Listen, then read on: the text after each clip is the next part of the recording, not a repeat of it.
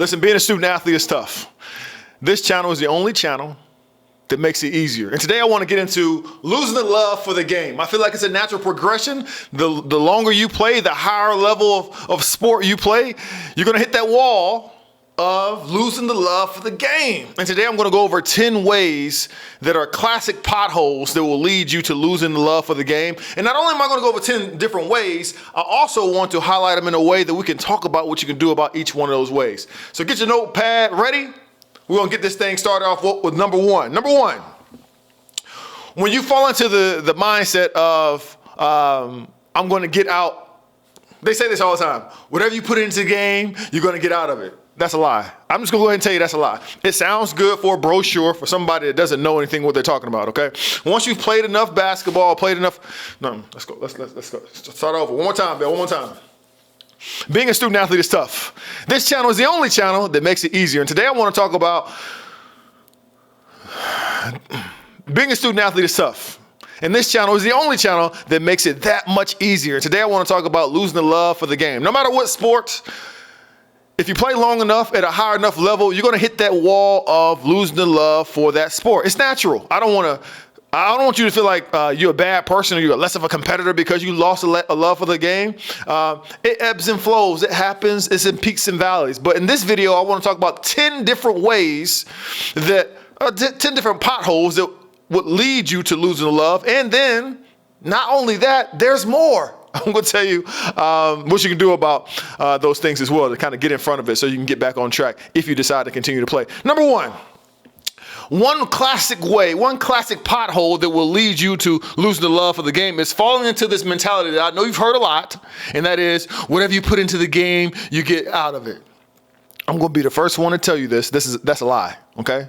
Whatever you put into the game, you don't get out of it. Okay, at least not how you think you're gonna get out of it. Sometimes you feel like, whatever, I put in the game, whether it be in the weight room, whether it be in the gym or working on my craft, that means I'm gonna be the MVP. I'm gonna be the newcomer of the year. I'm gonna get these accolades, all these trinkets, all these things that's gonna lead up to that because it's about whoever works the hardest, right?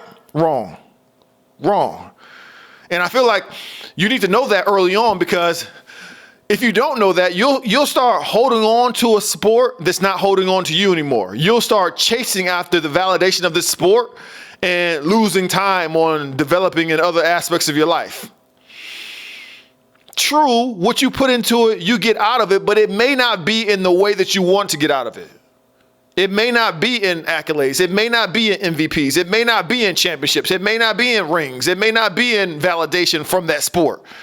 Sometimes it helps you to be a better father, a better mother. Sometimes it helps you because you were in this game and you didn't even get a lick of playing time, but that put you in a position to be the GA graduate assistant for that particular sport that launched you into your coaching career, and now you're coaching at the Final Four. All because you didn't get playing time at this particular time where you thought you should have gotten playing time. You got to understand that it may manifest differently. Again, if you're waiting on it to manifest the way you want to manifest in that particular sport, it may not ever happen. People don't like to talk about that. And I tell you that people don't like to talk about that because the people that make it to the where they want to go, they want the ego stroke. They want all the adulation and admiration about who they are. So they love for you to be stroking their ego. Like, yes, I was in there because I worked so hard. Joker, everybody working hard. Working hard is a default to even stay on a team. What are you telling me right now? What are you telling me right now? But people like that kind of energy, so they like to be praised and worshiped and that. So I'm just here to tell you, again, what you put into it is not what you get out of it in the way that you want to get out of it all the time. And that's as true in sports as in true as in life.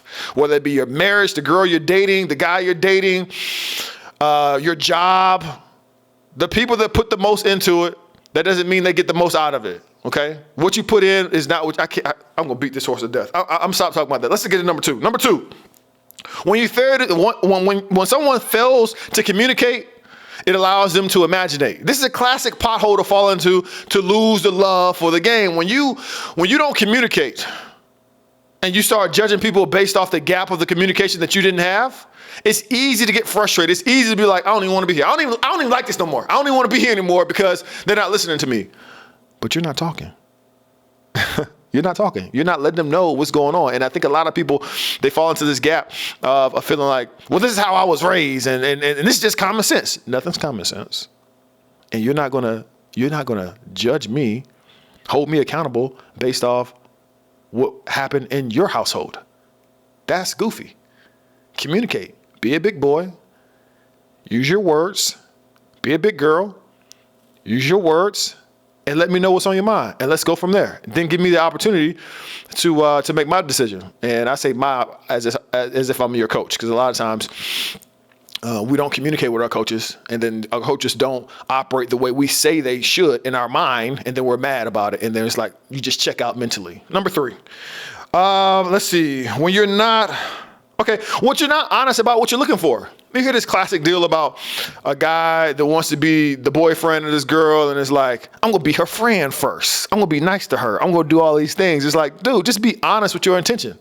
Be honest about your intentions. If this is what I want out of this position, this is what I want out of this role, this is what I want out of this person, and give that person the opportunity to respond. Okay? Give that person the ability to respond. So as it relates to your sport, you got to say, okay, what do I actually want out of this? Do I just want to be a part of a team? Nothing wrong with it. I'm not shaming it. When I list these things, I'm not shaming any of this. Do I just want to be a part of a team? Do I want to feel like a belonging? Do I only want to be on this team if I get playing time? Do I only want to be on this team if I'm the starter? Do I only want to be on this team if I'm a captain? Do I only want to be on this team if whatever? Because the moment you frame that, then it's easy to realize why you're unhappy or why you want to check out. The moment you frame that, the mistake people make is they don't identify those things, and they throw themselves in that position and wonder, why am I not happy? I don't love the game anymore. Because you're not honest about your intentions. You're not honest. You just be honest. No matter if it makes you seem like you're selfish, whatever those things are for you, cool. Just be honest about it. So at least if you can lie to everybody else, don't lie to yourself. Don't lie to yourself. No, don't do that. Let's go to number 4. When you don't respect, this is like a combo. When you don't respect your coach or believe in the vision. Let's get the first part first. So when you don't respect your coach. Listen, I know that, first of all, I feel like coaches is an admirable position to be in. Love coaches. Coaches were everything for me. But some coaches are slime balls. Okay, some of them are. So if you see a coach being a slime ball, they're not modeling the character and integrity that you would deem as that, and you've communicated about that, then you can easily lose the love for the game if you're seeing that to be modeled for you. And as far as the vision is concerned, you got to think about the vision. Do you agree with the vision of the team and where it's going? Does it align with the vision that you have for yourself and your future? That's another thing. These are potholes that you get in front of and make your next move the best move. You shouldn't be a part of a team that you don't agree with the vision. You shouldn't be a part of a team that you don't feel like that the coach's character and integrity lines up with yours. Now, don't confuse that with not communicating. Don't be looking from afar saying he didn't make the right move. He didn't, that I think he should have made or she should have made because their character and integrity is off. How do you know? Did you have a conversation with him about it? If you didn't, then you don't know. Again, failure to communicate allows you to imaginate, right? So have those conversations anyway about character and integrity. If it doesn't align, then it doesn't align. Let's go with number 5. Number 5, when you don't have things outside of a sport to look forward to. I know a lot of people want to put all the eggs in one basket. They feel like you got to eat, sleep, drink your sport. I don't believe that. I feel like that is a mental health case waiting to happen. You need to make sure you tap into other things that you enjoy doing. Other things you enjoy doing. Is it knitting? Is it world craft? Is it doggone Pokemon Go? Is it going to a kickback? Is it fishing? Is it hiking? Is it going to the mall? Is it Amazon shopping? Whatever those things are, listen, man, because it's easy to lose sight of who you are when everything you think about is your sport. And I understand there's a time and place for it, and you need to be focused on your sport. But at the same time, you are a human being as well. You need a social life. You need things to look forward to outside of your doggone practice. You do. I know coaches just want you to stay in there and just stay focused, but you will drive yourself crazy. And then how you view yourself will be only from the lens of that sport. And that's not healthy because you're more than just a student. People say that mess when their favorite celebrities say that, right? But they don't really live that. Do you treat yourself like you're more than an athlete? Do you? Tell me how. How you do that? Tell me in the comments. A lot of you don't. A lot of you don't. Your self-worth is wrapped into your sport, and that's a problem. You need to have other hobbies outside of it. Number 6, come up with your own metrics of success. Okay? When you only have your metrics of success to be what the world says is successful, then you leave it up to the world to decide if you're a loser. As I play basketball now, it looks, well, I was like this even my senior and junior year as well. Don't get me wrong, I wanted to win, but one of my rituals I used to have, if you want to call it rituals, I used to touch my shoulders, touch my knees, my ankles, like, oh, thank God, whew, no injuries. That was a metric of success for me. That was a metric of success for me to leave up out here and not hurt. I've seen people tear ACLs, all this other stuff. I didn't go through any of that stuff when I was in college. Thank God. I saw my Achilles after I got done playing basketball, but that's another story for another day. But my thing is, what are your metrics of success that's outside of what the world says you're successful? Maybe you don't get the MVP. Maybe it's shoot. Maybe you don't even make the freaking team. Maybe it's just like, man, I just want to make sure I show up. I work hard on this tryout and shoot. That's a metric of success for me, baby. Do you have that mentality? Right? Do you have a mentality of, man, I'm going to stand up every time a teammate makes a good play, I'm going to make sure I stand up. I'll make sure I give some energy. You got to come up with your own metric of success. Don't be, because if you allow yourself to only be fed by the worldly views of what deems as successful, you'll starve yourself. There's only so many MVP rewards they're going to give out. There's only one championship ring they'll give out that year. So everybody else should feel like losers? No. You got to come up with your own metrics. I can't tell you what those are, but you got to come up with those yourself. Where am I at? I'm at number 6. Number 7. Shift your perspective.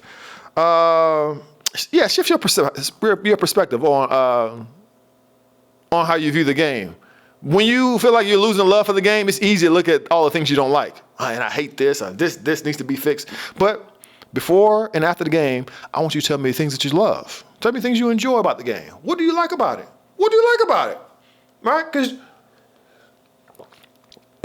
you need to remind yourself of that as well. Because if not, you'll be fixated on negative stuff. And which goes into my eighth thing as well. You want to hang around with people that see the game as a great time. What happens is when you are not getting playing time, when things aren't going well with your with what you wanted out of the season, you've seen this happen too. I know you've seen it happen because I've been a part of it and I've seen it myself. You start hanging around jokers that are going through the same thing because misery loves company. Excuse me. So what I'm telling you is don't hang around no jokers that are having bad luck at their sport. Get away from them. Get around people that really enjoy their time because that's going to rub off on you as well. If you're negative and you find somebody else is negative, it's going to get even worse. It's going to grow into momentum of more negativity. So get away from other people that are having a hard time with their sport. It's not going to help you. It's not going to help you. Y'all just gonna be the lame jokers on the end of the bench, talking bad about the coach, talking bad about the system, talking bad about everything that's going on, talking bad about teammates, and you're only gonna make it worse. Okay. What else we got? Let's say so that's number 8. Number 9. Okay. Number 9 is you got to make sure that you are where your feet's at, and that's right here. Okay. You may have played a role at this previous team before this that is not needed at this team. You got to play the role that your team needs you now. Play the role that your team needs you to play and not the role that your ego wants you to play. Because if you are so caught up in the past of, man, I used to do this on my other team and they liked it. Nobody cares. Nobody cares. We only care about what's going on right now. And if you need help on figuring out what that role is for you right now, ask your coach. Ask your coach, Coach, what do you need me to play? What role do you need me to play for this team to be more successful? And do it. And do it. Don't tell me what you did last year. This ain't last year. It could be the same team, but a different year. And you got to play a different role. You got to be able to step up in there. Number 10, ask yourself, this is a tough question, but ask yourself, if you were winning, if you were starting, if you were getting all the accolades, would you still have lost love for the game? Would you still be in this funk you're in right now? A lot of times it's not the case. A lot of times we don't have love for the game because we're not doing what we envision in our mind to be doing. We're not winning. We're not starting. We're not the big fish in the pond. We're not doing that. And that can be frustrating. I think I got through 10. That's 10. Did it really quickly. I see my battery about to die right now, so I want to get this video out before I go off today. But just know that it's not. Just know that it's normal to go in and out of loving the game. Just know that doesn't make you less of a competitor. That doesn't make you less committed. But it's ultimately up to you. And if you decide that you don't want to play the game anymore, guess what? You're still loved. You're still cared for. You're still valuable. You're still you. So you don't owe this game to continue to play something if you don't enjoy doing it. But I also want you to understand that I don't want you to gloss over some of the symptoms of, what not having love for the game is, and what you can do about it, what you can get in the way of. So you can see the glass for what it is versus your current circumstances. Because a lot of times, we make permanent decisions for a temporary inconvenience. And I want you to if you're gonna make your decision, I want you to be clear-eyed, sober mind, and make the right move for you.